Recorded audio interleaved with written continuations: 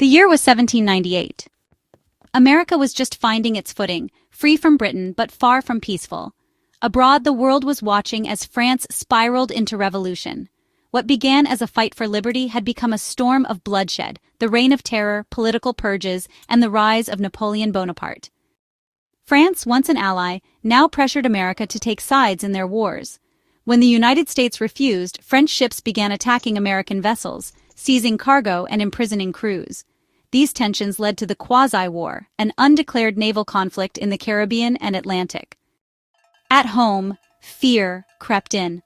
The government responded not with wisdom, but with restriction.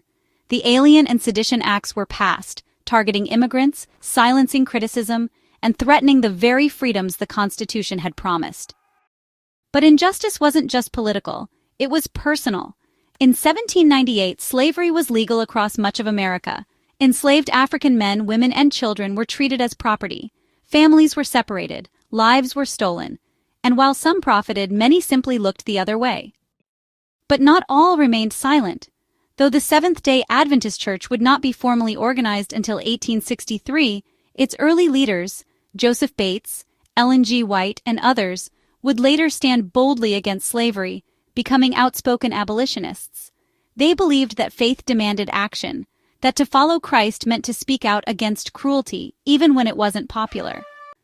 And that message still matters. It's easy to turn away when we see something wrong, to say it's not my place, but every act of cruelty, then or now, matters. Whether it's injustice in the system, oppression in our communities, or suffering in silence next door, God calls us to respond. Standing up isn't always loud. Sometimes it's a quiet act of love, a refusal to gossip, a hand on the shoulder, a voice that says, I see you, you matter. So today, let's learn from history. Let's follow the courage of those who spoke when others stayed silent. Let's be the reason someone feels seen, heard, and protected. Because standing up for what's right is still the most powerful way to reflect the heart of God.